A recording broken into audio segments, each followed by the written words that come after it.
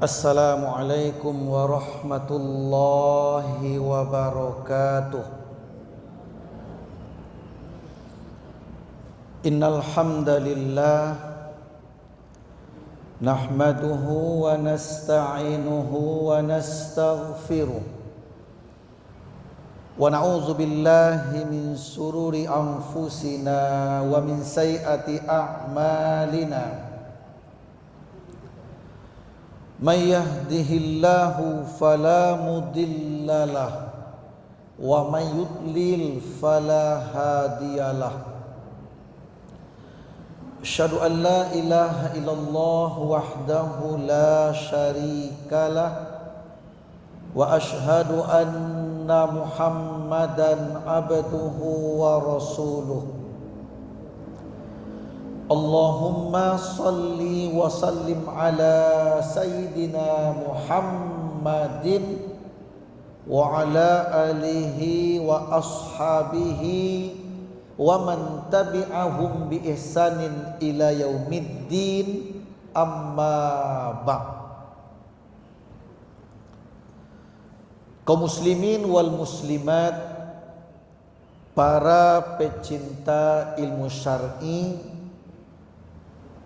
terkhusus kepada pengurus pejuang subuh Masjid Raya Pondok Indah beserta semua jamaah yang hadir, yang ikut kajian di subuh ini, baik yang ikut secara offline di Masjid Raya Pondok Indah atau yang online dimanapun berada.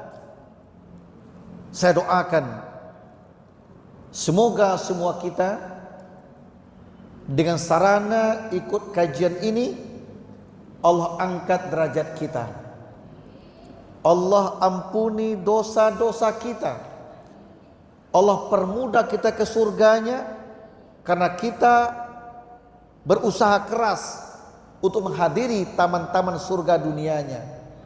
Semoga kesehatan selalu bersama kita, sehat jasmani, sehat rohani, dan juga terpenting nampaknya sehat ekonomi. Kencang aminnya itu ya, kalau ekonomi itu. Amin ya robbal alamin. Bapak Ibu, pada subuh ini kajian kita membahas surat yang ke-15, surat Al-Hijr, mulai ayat 13 sampai ayat 17. Sebelum kita masuk ke ayat ini, ada satu ayat yang perlu kita camkan dulu sebagai pondasi hati kita. Ada satu ayat di ayat yang ke-9 surat yang ke-15 ini. Ini pondasi ayat. Apa kata Allah? A'udzubillahi minasyaitonirrajim. Bismillahirrahmanirrahim. Inna nahnu nazzalna dzikra wa inna lahu lahafizun. Ini pondasi yang perlu kita tanamkan dulu. Allah bikin pernyataan bahwa kami, kata Allah, telah menurunkan Al-Quran dan kami berkewajiban menjaganya. Ini luar biasa ini ya? Allah bikin pernyataan kepada makhluk ini, kami yang turunkan Quran, kami yang menjaganya. Wah, kalau begitu Pak, sampai kiamat nanti Quran itu tetap murni, tetap asli, walaupun bermacam upaya orang kafir mengubahnya, ya, menghapuskannya, menambah menguranginya, tapi tetap tidak bisa. Kenapa? Allah telah bikin pernyataan, kami menurunkan dan kami menjaganya. Berarti mulai turun Quran sampai hari ini dan sampai kiamat nanti Quran itu pasti asli. pasti asli dan pasti murni isinya. Tidak ada yang bisa mengubahnya dan berbeda sama kitab-kitab yang lain yang sudah terkontaminasi, yang sudah tidak asli lagi. Tapi satu-satunya kitab yang sampai kiamat nanti asli dan murni adalah Al-Quran ini. Nah, ini yang perlu kita camkan dulu. Nah, baru kita masuk ayat 13 ya. Nah, 13 ya, biar nyambung dia. A'udzubillahi minasyaitonirrajim. Bismillahirrahmanirrahim. La yu'minuna bih wa qad khalat sunnatul awwalin. Mereka tidak beriman kepadanya Quran itu, dan sesungguhnya telah berlalu sunnatullah terhadap orang-orang dahulu. Mereka tidak beriman kepada Quran itu. Siapa mereka? Itulah orang-orang yang menentang Quran tadi. Orang kafir, orang musyrik, orang munafik, orang yang tidak ingin Quran itu tersebar, tidak ingin Quran itu menjadi way of life. Mereka bukan hanya merubah-rubahnya, bukan hanya ingin merubahnya, mendustakannya. Mereka bersumpah sampai kapanpun mereka tidak beriman kepadanya. Di Allah mengatakan orang-orang kafir, orang-orang musyrik itu tidak akan beriman kepada Quran itu, bahkan berupaya merubah-rubahnya.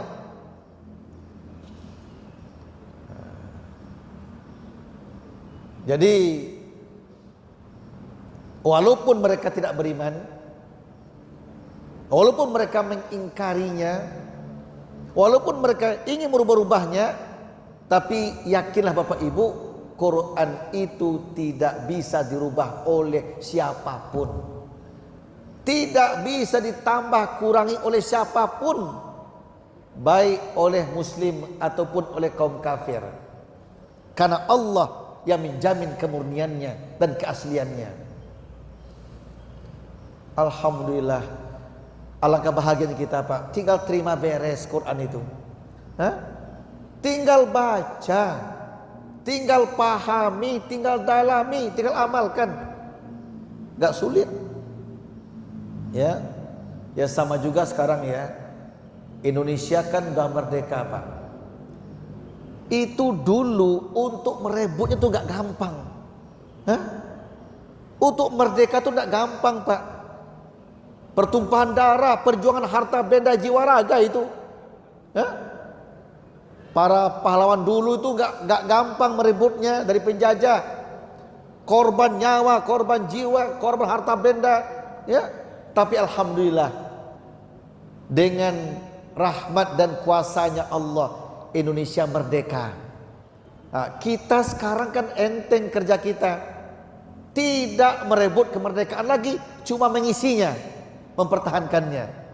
Nah, sama di Quran.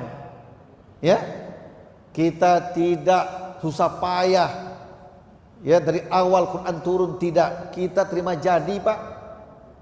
Quran sudah komplit, sudah jadi, lengkap, sudah utuh.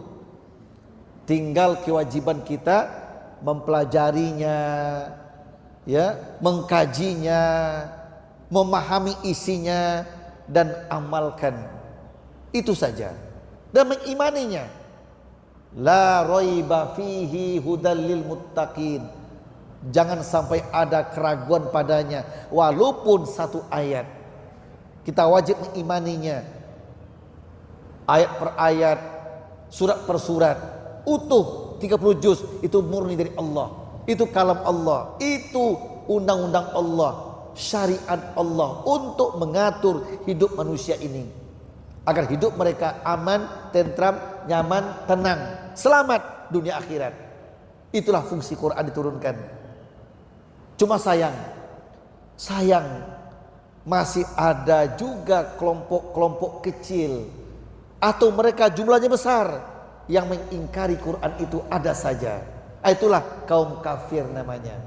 Mengingkari kemurnian Quran, mengingkari isi Quran, nggak ingin Quran itu tersebar, nggak ingin Quran itu diambil sebagai pedoman hidup. Ada saja kelompok itu. Dan Quran mengatakan, Allah mengatakan, la yu'minuna bih, kata Allah, mereka tidak beriman juga sama Quran itu. Ya, akibatnya apa? Akibat mereka tidak beriman, akibat mereka menentang Quran, wa qad khalat sunnatul awwalin, maka sungguh berlalu sunnatullah terhadap orang-orang yang kafir itu. Yang dimaksud sunnatullah di sini artinya ketetapan Allah, keputusan Allah kepada mereka. Apa? Azab. Azab. Azab Allah, siksaan Allah, bertubi-tubi musibah yang Allah timpakan kepada mereka itu karena mereka menentang Quran. Coba Bapak Ibu lihat di surat yang ke-7, surat 7 Al-A'raf ayat 40. Ini di antara bentuk azab ke mereka, di antaranya ini ancaman Allah ke mereka karena mereka mengingkari Quran itu. Innal ladzina kadzdzabu bi ayatina wastakbaru anha la tufattahu lahum abwabus sama' wa la yadkhulunal jannata hatta yalijal jamalu fi sammil khiyat wa kadzalika najzil mujrimin. Sesungguhnya orang-orang yang mendustakan ayat-ayat kami, yang tidak percaya, yang mengingkari ayat-ayat kami, dan mereka menyombongkan diri terhadap ayat-ayat kami itu, la tufattahu lahum abwabus sama', tidak akan dibukakan pintu langit untuk mereka. Artinya apa? Doanya tertolak, kebaikan-kebaikannya enggak dibalasi. Itu artinya doanya tertolak, segala kebaikannya enggak dibalasi oleh Allah. Tertutup pintu langit untuk mereka. La yadkhulunal jannata, dan mereka tidak akan masuk surga hatta yalijal jamalu fi samil khiyat, kecuali bisa onta masuk lubang jarum. Nah coba nih, orang kafir itu tidak akan bisa ke surga kecuali onta bisa masuk lubang jarum. Bisa nggak Pak tuh? Yang bisa, yang ada jarum masuk onta, disuntik onta itu masuk itu. Tapi kalau onta masuk lubang jarum itu mustahil. Artinya orang kafir mustahil ke surga. Pasti kata Allah tidak akan ke surga. Nah, cuma Allah buka peluang sedikit, kecuali mereka bertaubat. Nah, lain ya. Kalau bertaubat, walaupun mereka dulunya kafir, musyrik, bertaubat, ya, dengan taubat yang benar, Allah terima taubatnya. Tapi kalau sampai mati mereka enggak taubat, sorry ya kata Allah, haram surgaku untuk mereka itu, yang ada neraka untuk mereka. Bukan hanya di akhirat nerakanya, di dunia saja mereka mendapatkan azabku, ya, azabku. Kalaupun di dunia mereka bahagia, kata mereka silakan, tapi hati mereka jauh dari ketenangan. Aku cabut ketenangan dari hati mereka. Walaupun dunianya serba mewah, rumahnya serba mewah, dunianya serba cukup, tapi hati mereka jauh dari kecukupan, kata Allah. Jauh dari kecukupan. Aku miskinkan hatinya. Ini namanya azab dunia namanya. Ya, belum lagi azab kuburnya untuk mereka. Belum lagi neraka. Ini balasan sunnatullah untuk mereka yang menentang Quran, yang tidak beriman kepada Al-Quran itu sendiri. Itulah isi dari ayat yang ke-13. Allah menggambarkan tentang mereka orang-orang kafir itu tidak akan beriman sama Quran. Walaupun dibacakan Quran, dibilang ini kebenaran, mereka tidak akan percaya. Ya, kenapa? Khatamallahu ala qulubihim wa ala samihim wala absarihim ghishawah. Ya, sudah tertutup, sudah terkunci hati mereka itu. Ya, sehingga sama saja atas mereka diberikan peringatan atau tidak, sama saja mereka tetap tidak beriman, kata Allah. Ya sudahlah, kalau itu mau mereka, qad khalat sunnatul awalin. Untuk mereka sudah berlaku ketetapanku. Apa? Azab untuk mereka. Kami timpakan azab kepada mereka. Di Al-Hijr nih Pak, ini Al-Hijr itu adalah batu artinya. Ada di Madinah, nama kampungnya Madain Saleh.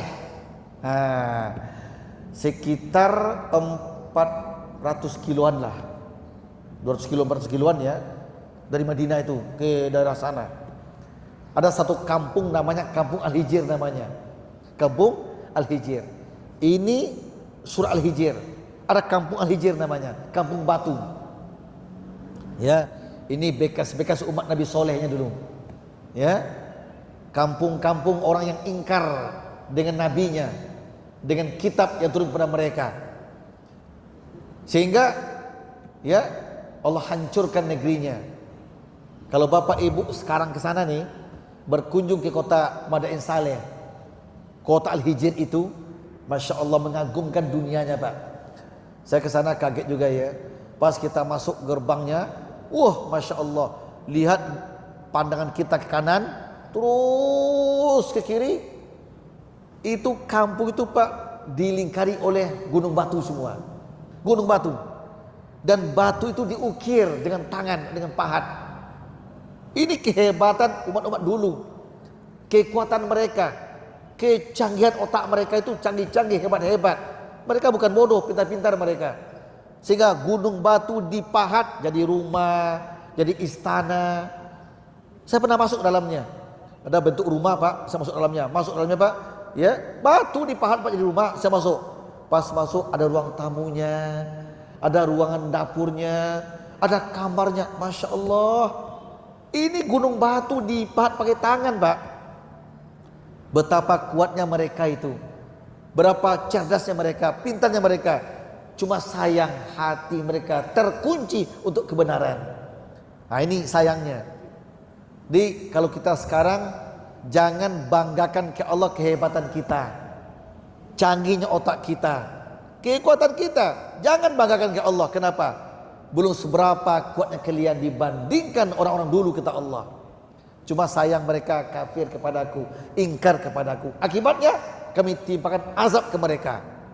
Ya Allah, di samping kehebatan gunung-gunung Pak yang diukir tadi, dengan yang dipahat tadi, ada satu kampung yang sudah Allah rontokkan.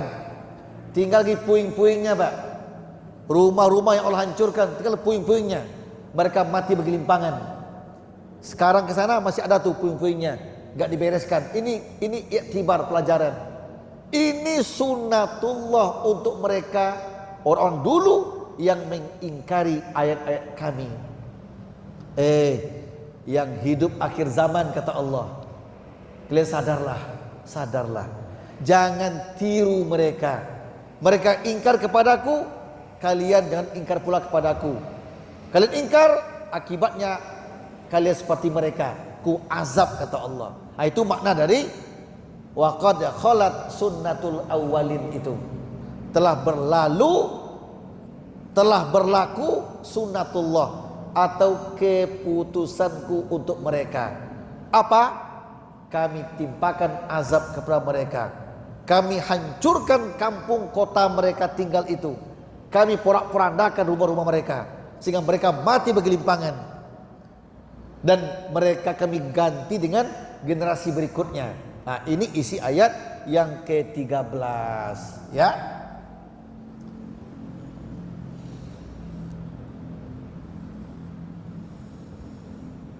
Terus ayat berikutnya 14. Walau fatahna alaihim babam minas sama' fadhallu fihi ya'rujun. Dan jika seandainya kami membukakan kepada mereka salah satu dari pintu-pintu langit, lalu mereka terus menerus naik ke atasnya, laqalu innama sukkirat absaruna bal nahnu qaumum masfurun. Tentulah mereka berkata, sesungguhnya pandangan kamilah yang dikaburkan, bahkan kami adalah orang-orang yang kena sihir. Artinya apa nih? Artinya walaupun mereka dikasih petunjuk tetap menolak. Cuma ngeles, nolak pengeles. Kami cuma kena sihir. Ya. Padahal hati mereka menentang, cuma mereka ngeles saja. Ya, tidak mau menerima, tidak menerima apapun petunjuk ke mereka. Cuma mereka mengeles, ngeles apa ya? Cari alasan ya. Cari alasan. Kami cuma kena sihir, kami ditutup pandang kami. Nah, padahal Allah tidak pernah menutup mereka, kecuali mereka untuk diri sendiri. Ya. Ini menggambarkan bahwa betapa keras kepalanya orang-orang kafir itu.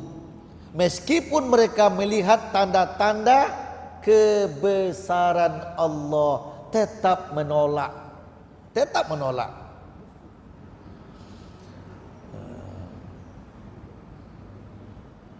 Qatadah menuturkan dari Ibnu Abbas, semoga Allah meridhoinya, pandangan kamilah yang dipalingkan katanya. Dan Al-Aufi menuturkan pula dari Ibnu Abbas, maksudnya adalah pandangan kami telah disamarkan dan kami telah terkena sihir. Itu mereka cari alasan, Pak. Cari alasan. Ya sama juga sekarang ini, Pak. Ada orang-orang sekarang bukan kafir, muslim malah. Muslim, tapi dikasih pelajaran, ini loh Quran, ini loh hadis. Mereka nolak, tapi ngeles. Nah, bermacam cara lah ngelesnya. Dicari alasan-alasan yang mengada-ada. Ya, di orang-orang tua mengatakan kalau sudah nggak nerima, bermacam cara nolaknya. Ya sama juga orang tidak mau ngaji, Pak. Ayo ngaji dong, ngaji dong. Yang tidak mau ngaji, Pak, ada aja alasannya, Pak. Ada alasannya itu. Hah? Sakit kepala, ya, demam badan, anak tinggal, cucu menangis, rumah gak ada yang nungguin. Nah itu. Kalau hati nggak mau datang, ada aja alasannya, Pak. Nah, orang kafir itu hatinya nolak Quran, nolak kebenaran, cuma cari alasan yang mengada-ada. Nah, Allah mengatakan ini loh karakter mereka, ini loh karakter mereka. Karena mereka nutup diri, mengingkari kebenaran, ya sudahlah, kami benar-benar tutup hati mereka. Khatamallahu ala qulubihim wa ala sam'ihim wa ala absarihim ghishawatu walahum adzabun azim. Jadi Allah mengingatkan kepada kita, kalau begini kondisi kafir-kafir itu, kalian jangan seperti itulah, kata Allah. Jangan seperti itu. Kalaupun kalian pernah bersalah kepadaku, segera bertaubat. Jangan berlama-lama dalam kesalahan. Kalau pernah mengingkari kebenaran suatu ketika, jangan berlama-lama, cepat istighfar, taubat kata Allah. Jangan perturutkan godaan syaitan. Jangan ikuti syahwat nafsu yang tak terkendali. Akibatnya kalian hancur kata Allah. Sebagaimana kuhancurkan orang-orang kafir dahulu kala itu. Nah, jadi ayat ini menggambarkan tentang walaupun mereka dikasih petunjuk, dikasih arahan, tetap mereka menolak. Cuma nolaknya mencari alasan yang nggak masuk akal, yang mengada-ada.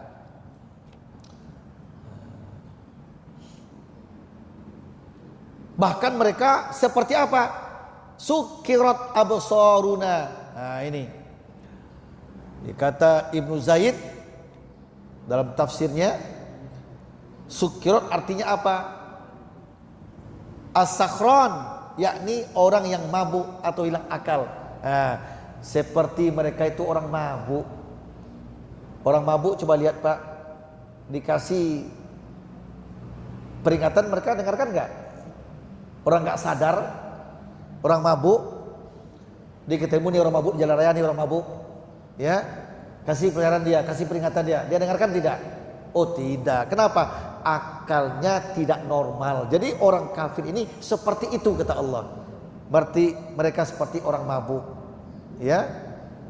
Orang mabuk itu apa maunya dilakuinnya, dikasih pelajaran, dikasih peringatan, mereka nggak peduli sama sekali, bahkan hilang malunya dari orang lain. Kenapa? Orang mabuk, orang mabuk. Di Allah gambarkan orang kafir itu seperti orang mabuk, tidak mau menerima kebenaran.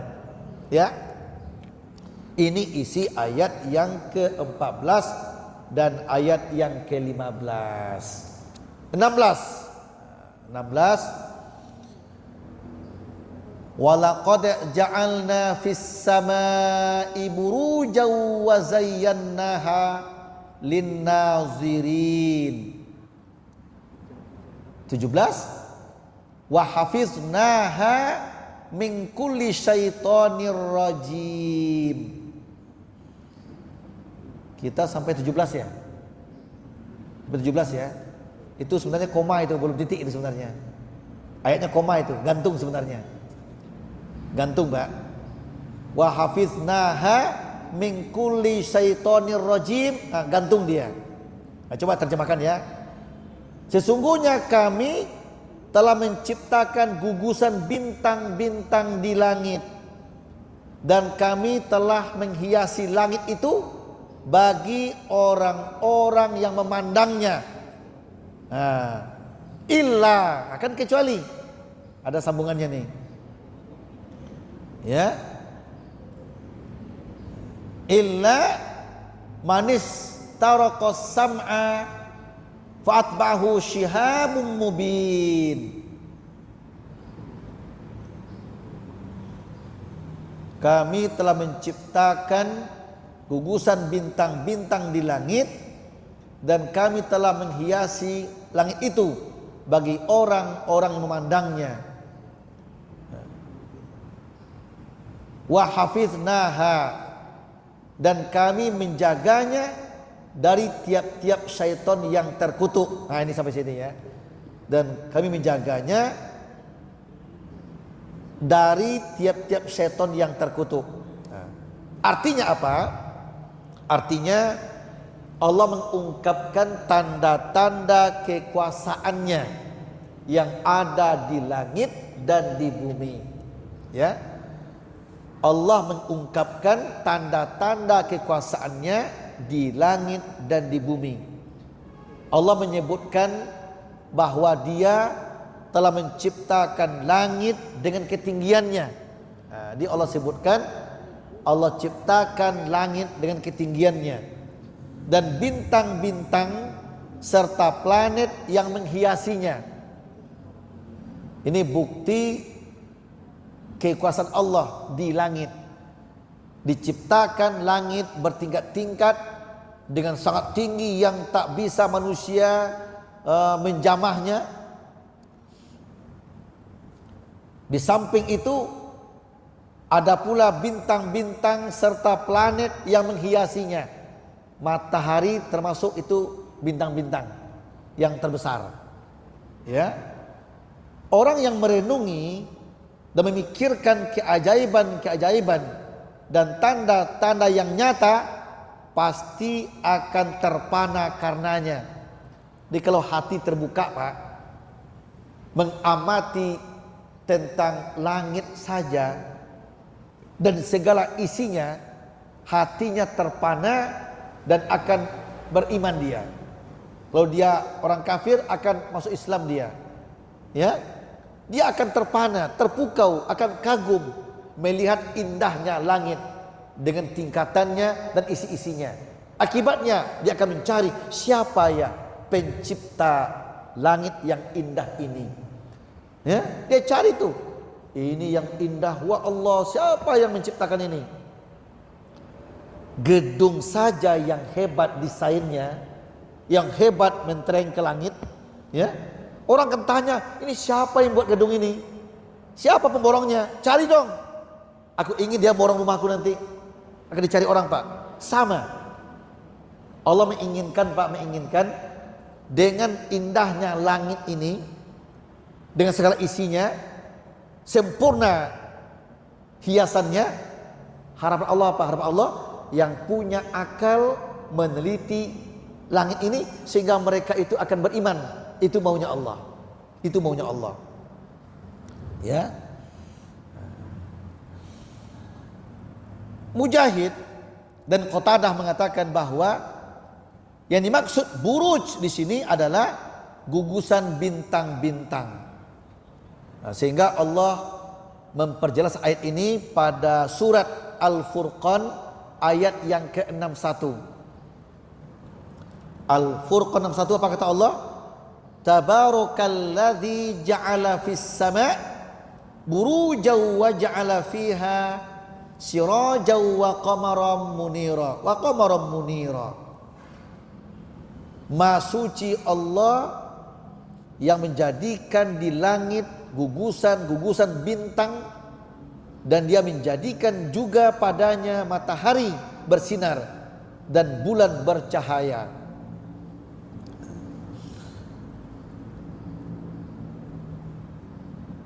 Atiyah Al-Aufi, ini sang penafsir, menafsirkan Al-Buruj pada ini adalah menara-menara penjaga. Lalu Allah menjadikan batu-batu meteor sebagai penjaga menara itu agar syaitan tidak dapat mendengar pembicaraan penduduk langit. Setiap syaitan yang mencoba memasang telinganya akan dilempar dengan meteor yang membinasakannya. Namun terkadang sebelum dihantam oleh meteor, syaitan yang telah menyadap berita dari langit itu telah duluan sempat menyampaikan berita itu kepada syaitan yang ada di bawahnya. Sehingga syaitan di bawah inilah yang menyampaikan bicara itu kepada pemujanya, dukun-dukun. Sebagaimana dijelaskan di hadis Nabi yang sahih. Hadis riwayat Imam Bukhari dari Abu Hurairah. Ini hadis mentafsir ayat di atas. Kata Nabi, "Idza qadallahu al-amra fis sama' darabatal malaikah bi ajnihatiha qut'anan liqaulihi ka'annahu silsilatun ala Safwan." Kata Nabi, apabila Allah telah memutuskan sesuatu di langit, maka para malaikat pun mengepakkan sayap-sayapnya bagaikan sebuah rantai yang dihempaskan di atas batu besar yang halus. Ini pertanda mereka tunduk di bawah keputusan itu. Malaikat-malaikat tunduk dengan yang Allah ciptakan ini. Kemudian Ali itu guru Imam Bukhari. Dan perawi lainnya menambahkan, batu besar yang halus itu pertanda Allah menyampaikan urusan tersebut kepada para malaikat. Lalu apabila rasa takut mereka telah hilang, mereka berkata, apa yang telah dikatakan oleh Rob kamu? Maka malaikat menjawab, sungguh apa yang dikatakan oleh malaikat oleh Allah adalah hak, dan dia maha tinggi lagi maha besar. Ucapan itu pun didengar oleh syaitan yang mencuri pemberitaan, yang kemudian disampaikan kepada syaitan di bawahnya. Begitulah seterusnya. Lalu Safwan memperagakannya dengan tangannya sambil merenggangkan antara jari-jari tangannya yang kanan dan mendirikan jari-jari secara tumpang tindih. Terkadang meteor dari api itu sempat mengenai, membakar syaitan pencuri berita itu. Ya, jadi begini. Allah menyatakan di ayat ini, Allah ciptakan langit bertingkat-tingkat, dihiasi bintang-bintang, matahari, planet-planet untuk penjaga langit. Itu artinya. Nah, ketika Quran itu berada di Lauhul Mahfuz, dijaga oleh para malaikat-malaikat, Pak. Jadi kalau ada syaitan naik ke langit ingin mencuri berita dari Allah kepada malaikat, maka syaitan dilempar oleh gugusan bintang-bintang tadi, oleh meteor tadi. Sampai sini, Pak. Sampai sini ayatnya, itu 17. Sedikit mohon maaf, kena tergantung ya. Tergantung ayat 18 tergantung, Pak. Tergantung dikit ya. Illa manistaraqas sam'a fatbahu shihabum mubin. Nah, ini. Kecuali setan yang mencuri berita itu yang dapat didengar dari malaikat, dikejar oleh semburan api yang terang. Nah, jadi ketika syaitan naik ke langit tadi mencuri berita, ketika Allah berfirman ke malaikat, menyampaikan isi Quran ke malaikat, syaitan mencuri berita. Ketika itu penjaganya berupa bintang-bintang tadi melempar, meteor tadi melempar syaitan sehingga mereka terbakar. Kecuali Pak yang belum sempat terbakar, belum sempat terlempar oleh batu-batu tadi, Pak, dia sempat sedikit curi berita dia. Mungkin dapat berita segelintir lah, dapat dikit langsung di bawah berita itu disampaikan ke setan bawahnya, terus sampai ke dukun-dukun. Makanya sang dukun-dukun kadang-kadang tahu dia hal-hal yang akan terjadi, Pak. Hal-hal yang terjadi tahu dia kadang-kadang, cuma nggak komplit, karena dia curi berita, nggak semua dapat. Makanya jangan heran ada dukun-dukun tuh yang tahu, Pak, apa yang akan terjadi. Kadang-kadang kan tahu dia, kenapa? Karena curi berita setan gurunya. Di dukun-dukun itu ya, dia gurunya setan langsung. Dia ambil berita dari setan tadi. Cuma setan yang nyampaikan berita nggak komplit beritanya, tanggung-tanggung. Kadang-kadang salah pemahaman kadang-kadang. Ya, di sini yang muncul bermacam kesesatan. Allah menjelaskan di ayat ini ya, bahwa syaitan itu telah mencuri berita-berita, walaupun dilempar oleh gugusan bintang-bintang, oleh meteor, terbakar mereka, cuma ada sedikit sebagian yang telah sempat mencuri berita. Yang sempat inilah yang menyampaikan kepada syaitan di bawahnya, ke dukun-dukun yang ada di bumi ini.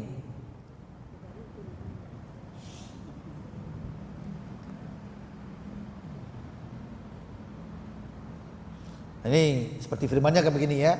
Wa ja'alna lakum fiha ma'ayish, dan kami telah menjadikan untukmu di bumi keperluan hidup. Ya. Dialah yang telah mengatur segala hukum, sebab akibat dan keperluan hidup untuk mereka.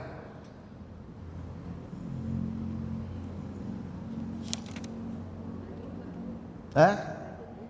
Ya. Jadi saya rasa cukup sampai 18 saja cukup. Masih ada waktu tambah aja ya? Boleh. Tambah aja ayat 19, mungkin sampai 20 deh. Saya tambah 2 ayat lagi. 19, wal arda madadnaha wa alqaina fiha rawasiya wa ambatna fiha min kulli syai'im mawzun wa ja'alna lakum fiha ma'ayish wa mal lastum lahu biraziqin. Ya, alhamdulillah ditambah ya. 18, 19, 20 tambah 3 ayat ya. 19, dan kami telah menghamparkan bumi dan menjadikan padanya gunung-gunung, dan kami tumbuhkan padanya segala sesuatu menurut ukurannya. Di ayat yang ke-19 ini Allah menggambarkan kekuasaannya di bumi lagi. Tadi kan ke langit kan? Bagaimana Allah menciptakan langit yang indah, yang penuh isinya. Nah sekarang lihat pula oleh kalian, amati pula bagaimana kami ciptakan bumi yang indah. Kami tanami pepohonan yang sungguh beragam, kata Allah. Ini semua menjadi pemikiran kalian bahwa indahnya langit, indahnya bumi, semuanya ciptaanku untukmu, untuk kalian. Ya, kekuasaanku untuk kalian, kata Allah. Nah, perhatikanlah tuh bumi yang indah, ya. Kami hamparkan bumi, kami jadikan gunung-gunung tertancap padanya, ya. Kami tundukkan padanya segala sesuatu, ya. Nah, menurut aturannya. Indahnya bumi, supaya tenang dia, diberikan gunung penancapnya, pasaknya, ditumbuhkan tanaman-tanaman yang sungguh indah, beragam, tinggi rendah, bermacam warna. Ini semuanya untuk manusia, kata Allah. Dan kami telah menjadikan untukmu di bumi keperluan hidup, dan kami ciptakan pula makhluk-makhluk yang kamu sesekali bukan pemberi rezeki kepadanya. Allahu Akbar. Ya.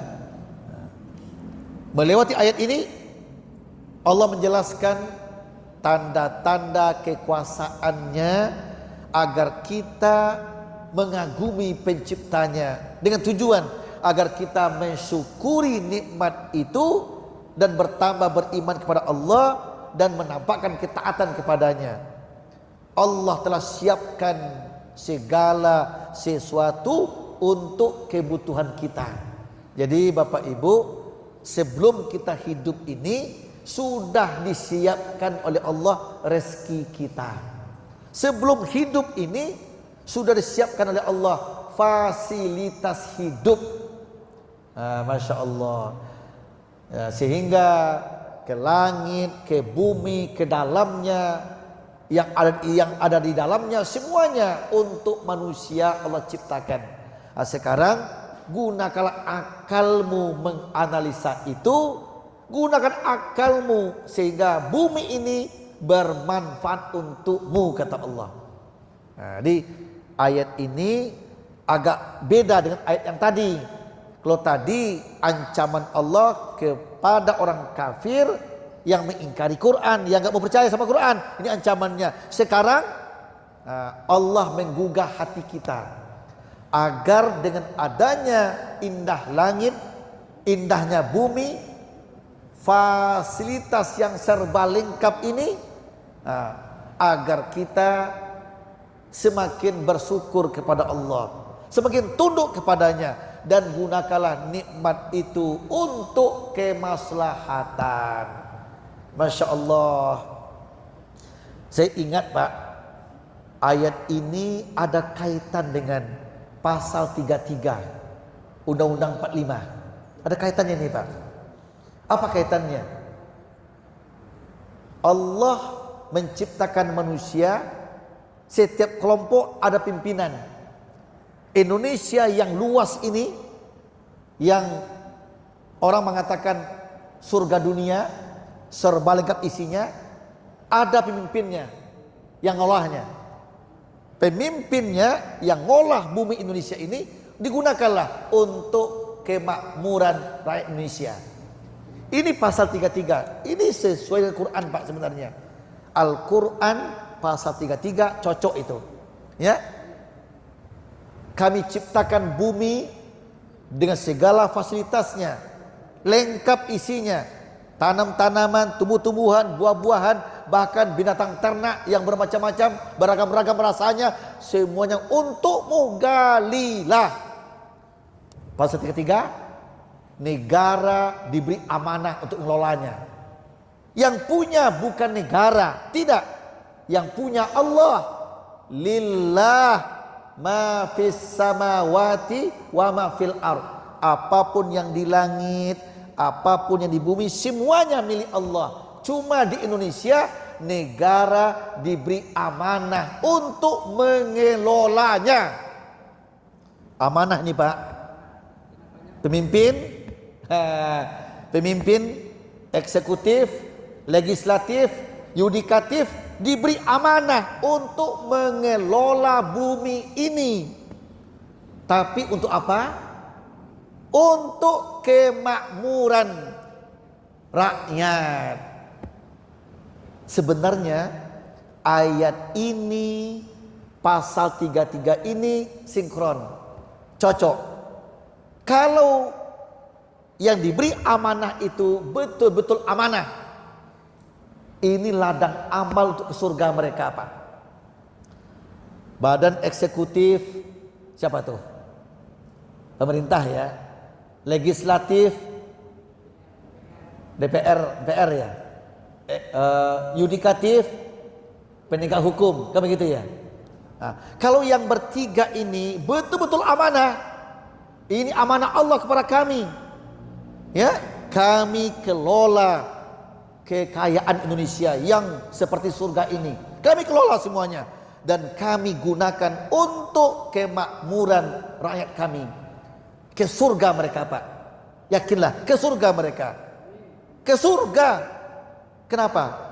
Mereka menjaga amanah. Hidupnya diabdikan untuk Allah, tapi untuk kemaslahatan masyarakat rakyatnya. Ke surga mereka. Sebaliknya, diberi amanah tapi mereka khianat. Dikelola bumi, barang tambangnya, segalanya untuk kepentingan pribadi atau sekelompok orang saja dan mengabaikan rakyat. Insya Allah mereka ke neraka karena itu. Nah, tergantung mereka lagi. Ya, akankah mereka amanah atau mereka khianat? Quran mengatakan kalau amanah surga untuk mereka, kalau khianat neraka untuk mereka. Undang-Undang 45 pun pasal 33 pun mengatakan, berarti hebat juga ya. Hebat juga ya para pendiri negara ini. Hebat juga orang-orang dulu. Ya, membuat undang-undang itu hebat itu, Pak. Kok bisa sinkron ya? Menurut saya, Pak, Undang-Undang 45 itu sinkron sama Quran, Pak. Hah? Berarti orang dulu hebat-hebat agamanya. Pemahaman agamanya bagus-bagus, Pak. Tinggal lagi sekarang ini bagaimana kehebatan itu digunakan. Kalau mereka amanah, maka bumi Indonesia yang indah ini, hutannya, tanamannya, termasuk isi bumi, barang tambangnya dikelola secara baik dan digunakan untuk kemakmuran rakyat Indonesia. Insya Allah menjadi surga dunia. Baldatun thayyibatun wa rabbun ghafur. Tapi kalau mereka tidak kelola dengan baik, mereka khianati, tentu azab pula untuk mereka. Berarti bagi pengelola Indonesia ini, surga untuk bapak-bapak atau neraka yang bapak pilih. Nah, gitu aja. Ya. Ingin surgakah? Ingin. Kelolalah bumi dengan baik. Gunakan hasilnya untuk kemakmuran rakyat Indonesia, bangsa kita semuanya. Ya, tentu yang ngelola dapat bagian, ya wajar. Tapi rakyat jangan diabaikan, jangan tahan haknya. Bapak-bapak yang di atas, yang diberi amanah pengelola bumi, ayo amanah. Sehingga rahmat, berkah, ridho Allah tertimpa untuk kita semuanya. Tapi kalau tidak amanah, maka azab Allah yang tertimpa. Na'udzubillah min dzalik. Inilah isi dari ayat ini, Pak. Selesai, Masya Allah. Lumayan juga ya banyaknya nih. 13, 14, 15, 16, 17, 18, 19, 20, 8 ayat, Pak. 8 ayat ya. Alhamdulillah.